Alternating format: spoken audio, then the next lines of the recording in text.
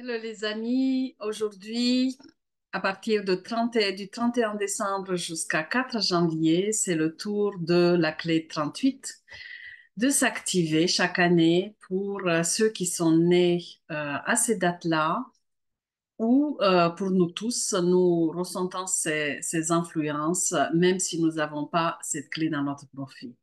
Cette clé, c'est la clé de la lutte, persévérance, honneur, qui est connectée à la clé 39 de la provocation, dynamisme, libération.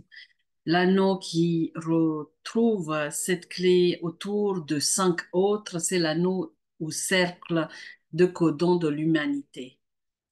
Je vais lire quelques passages de cette clé et ensuite je vais donner quelques conseils par rapport à ces jours.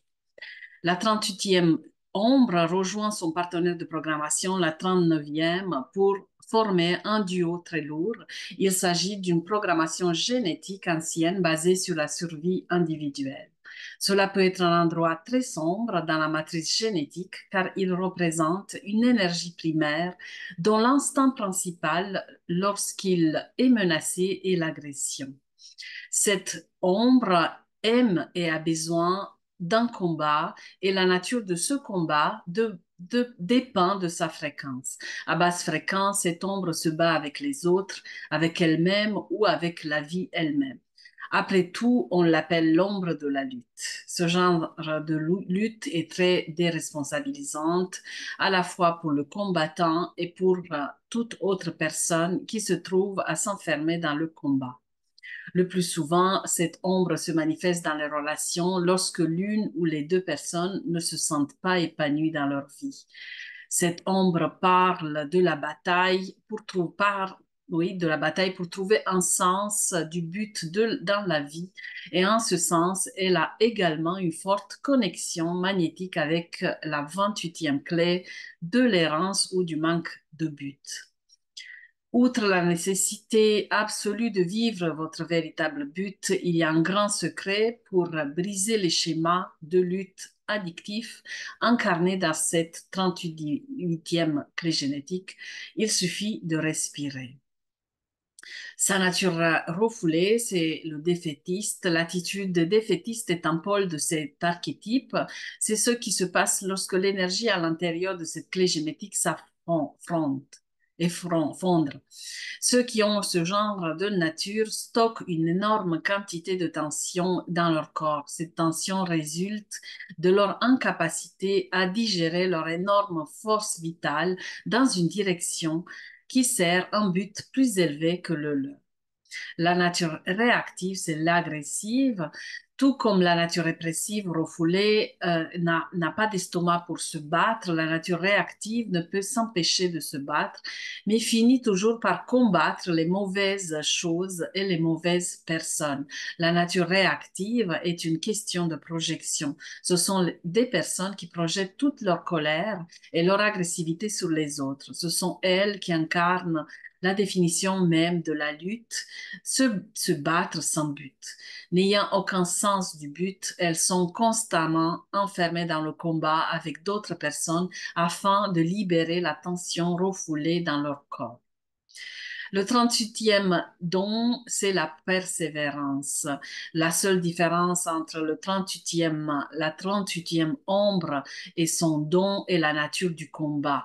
Nous n'avons qu'à trouver le bon combat et toute notre expérience de cette clé génétique change. Lorsque nous versons notre cœur, notre corps et notre âme dans un combat épanouissant, cela cesse d'être une lutte. Ainsi, nous apprenons la différence entre rencontrer des obstacles et combattre la résistance. La résistance, c'est ce qui se produit lorsque nous poussons contre le flux universel et est une caractéristique de tous les états de l'ombre. Les obstacles, cependant, sont naturels au rythme de la vie. Les obstacles mettent à l'épreuve notre engagement et notre abandon, nous permettant de forger de nouvelles compétences et de perfectionner notre excellence. Les obstacles sont toujours des cadeaux déguisés. Le 38e don est conçu pour les obstacles. En fait, il les aime. Si nous avons ce don dans notre profil génétique, hologénétique, chaque obstacle est une occasion merveilleuse et vitale de nous servir, sentir plus vivants et d'accomplir notre destin supérieur. Les gens avec ce don deviennent nos héros. Ces personnes prennent position, absorbent tous les obstacles le long de leur chemin et finissent par gagner leur bataille malgré le fait qu'elles semblent être les outsiders. Avec le 38e don vient la certitude de la victoire finale, la seule nécessité de trouver les bonnes batailles. Pour eux, les bonnes batailles sont celles qui permettent aux autres de se défendre eux-mêmes plutôt que de rester victimes de la propagande de masse. Il y a deux énormes avantages pour le collectif qui émergent de la manifestation de ce 38e don. Le premier est un grand défi à la peur collective. Il dit que rien n'est impossible si vous défendez en ce qui vous croyez. Le 38e CD, c'est l'honneur. L'honneur est un champ d'énergie dynamique et vivant en soi. C'est le CD qui se lève lorsque l'archétype du guerrier atteint son potentiel ultime.